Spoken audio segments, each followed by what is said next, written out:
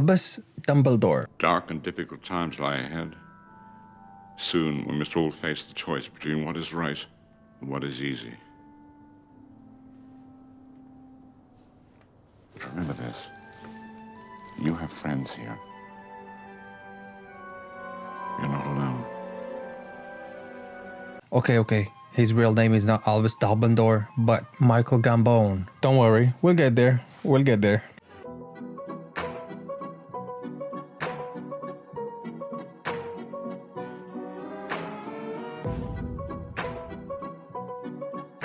Michael John Gambon was born on October 1940 in the Cobra suburb of Dublin. His mother was a seamstress and his father an engineer during World War II. And due to his father's work, Michael at age 6 and the whole family had to move to Morningston Crescent in London. He grew up in a Catholic household and attended the St. Aloysius Boys' School in Somerstown Cellars, then went on to St. Aloysius College, then Crayford Secondary School, where he literally didn't learn that much and had no proper qualifications. But after that, he gains an apprenticeship as a toolmaker at the age of 16 years old, and then he becomes a qualified technician engineer by the age of 21 years old, a job that he only kept for a year. And from that point in time, he started to get interested in beautiful things like antique guns, cars, clocks, and of course, watches. Dumbledore had some style though. Michael then, at the age of 24, sends a letter to the Irish theatre company impresario who runs Dublin's Gate Theatre. And with that letter, he also sends him his resume with all of his achievements, and he completely lied on all of his achievements, but still got a job out of it. So the impresario believed everything that he put on his resume, and he got him a job. So he got casted to the professional stage in the Gate Theatre in 1962 in a production called Othello, and later on he gets recruited by Laurence Olivier to be a promising actor in his new National Theatre Company, and along a few actors that became super famous later on. He played in so many little roles, but then he followed that by Hamlet, the recruiting officer, and the royal hunt of the sun for a total of 4 years in the craft. He moves on to another theatre company called the Birmingham Repertory Company and worked in beautiful roles in Macbeth and Coriolanus. At the same time, he debuted in the film Othello alongside Maggie Smith in 1965, and he debuted his television career in the BBC television adaptation of Much Ado About Nothing.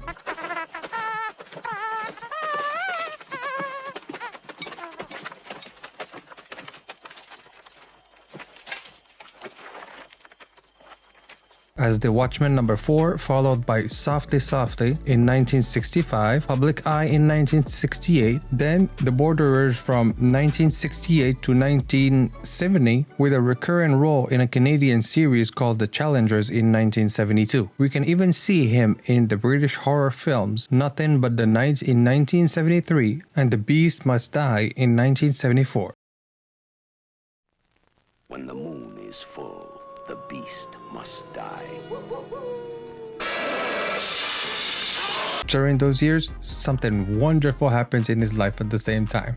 He gets married to a mathematician going by the name Ann Miller in 1962, and they had one son called Fergus, who later became a ceramic expert on the BBC series Antiques Roadshow. Through the beginning of his career, Gambon was super talented, and Simon Callow once said, and I quote, "Gambon's iron lungs and overwhelming charisma are able to command a sort of operatic full-throttleness which triumphs over hard walls and long distances." End of quote. I don't suppose he has tuppence to rub together, yet you think he's marvellous. Well, he doesn't make my flesh crawl. Thank you. I'm a good judge of character, McLean, and in my opinion, you're in deficit. That is to say, I see nothing noteworthy about your physiognomy or your general appearance. In summary, I don't like the cut of your jib.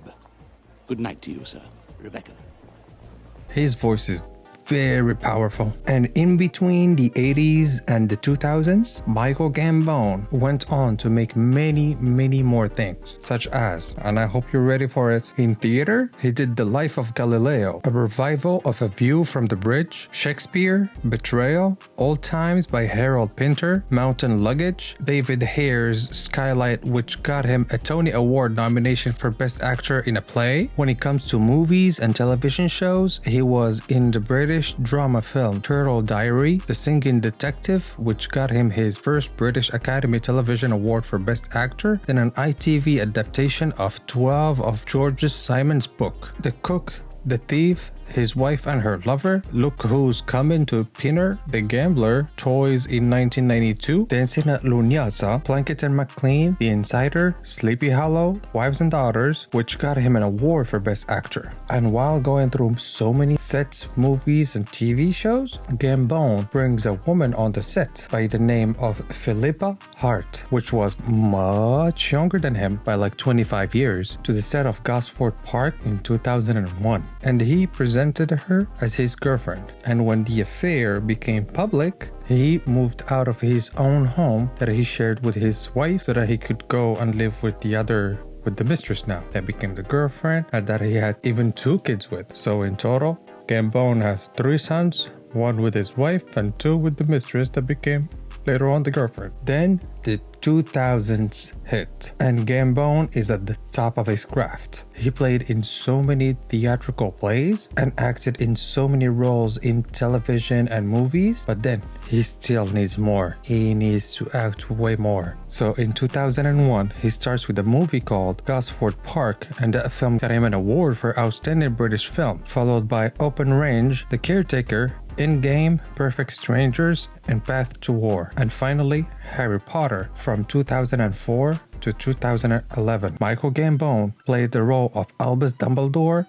the headmaster of the Hogwarts School of Wizards, since the 3rd movie by the J.K. Rowling franchise, Harry Potter and The Prisoner of Azkaban in 2004, taking over the role after the death of Richard Harris in 2002. He proceeded then to be in all of the rest of the Harry Potter movies. Gambon also told in an interview, and I quote, "He did not have to play anyone really. I just stick on a beard and play me, so it's not a great feat. I never ease into a role every time. Every part I play is just a variant of my own personality. I am not really a character actor at all." End of quote. Every hour, this very minute perhaps, dark forces attempt to penetrate this castle's walls. But in the end, their greatest weapon is you. Just something to think about. Now off to bed. Hip hip. And that's what we call true talent right there. He was able to perform at such a high level that he didn't even differentiate in between the character and the real person. So both of them actually became the same. Damn, he was good. Yeah, boy. At the same time, while performing for the Harry Potter movies, he also appeared in other movies such as The Life Aquatic with Steve Zissou, the British gangster film Layer Cake, Being Julia, Amazing Grace, Emma, The King's Speech, a Christmas special of Doctor Who, Luck, Quartet, The Casual Vacancy by J.K. Rowling, and he also continued to play in Endgame, Falstaff, Hey Joe, Embers for Radio 3, The Homecoming, Cranford, Joe's Palace, No Man's Land, Krupp's Last Tape, and All That Fell. Don't disrespect the old man though, he's still got a lot of energy. And I stood far too close to him because he was sitting at a trestle table, and he said, "How are?" I said, "Hello," and I stood right close to the table, and he said, "What are you going to do?" I said, "I'm going to do Richard III."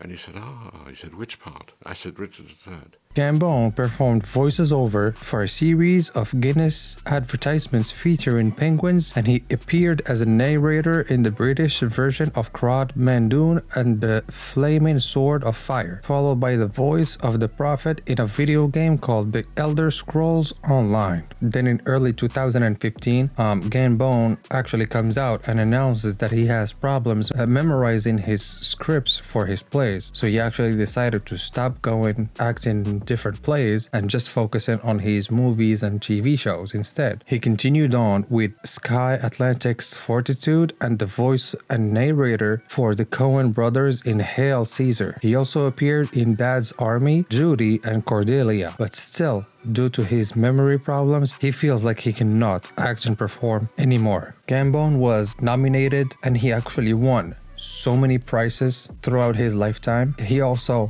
got appointed as a 9th bachelor for services to drama and was invested by Prince Charles at the Buckingham Palace in 1995. He was also qualified as a private pilot, and his love for cars is intense, especially when he appeared in that episode of Top Gear in a Suzuki Leaf. That was crazy. I would say that Albus Dumbledore was Michael Gambon's most viewed character ever in all of his performances. Also because I don't literally know no one who's never watched one of the Harry Potter movies. But Gambon is actually known for way more than that. He's actually known for all of the plays he did in the past, or all of the television series that they produced, especially in Britain, and to their audiences. He was able to play various super interesting roles throughout all of his life, and he also got the chance to work with so many interesting people, especially in the movie and TV series. And through all of that, I can also say that he had a superpower, and that superpower was actually his voice, how he works with the kind of voice he's got and the charisma he gets from it. He was listed as number 27 of the Irish Times list of Ireland's greatest film actors. And offstage, he preferred actually to keep his privacy to himself and keep the lights not going towards him. He didn't like that kind of press. Sadly, Gambon died in Witham on September 2023. So literally not too long ago. Age 82 years old, and he died due to pneumonia. RIP to Michael Gambon. This was the story of Michael Gambon, aka Albus Dumbledore. Good, because it was a bunch of sleeping bags, and Dan has us to have his sleeping bag next to this particular girl that he fancied. Action! For now, let them sleep. We've just done a take, right? We've just finished a take, and it's taken ages to get it. In our dreams, we enter completely our own world. You know, it's completely our own world, and we like to swim in the deepest waters and fly. They had put a fart machine into my sleeping bag. This hall echoes. And Michael Gambon had actually been pressing it during the take, I found out.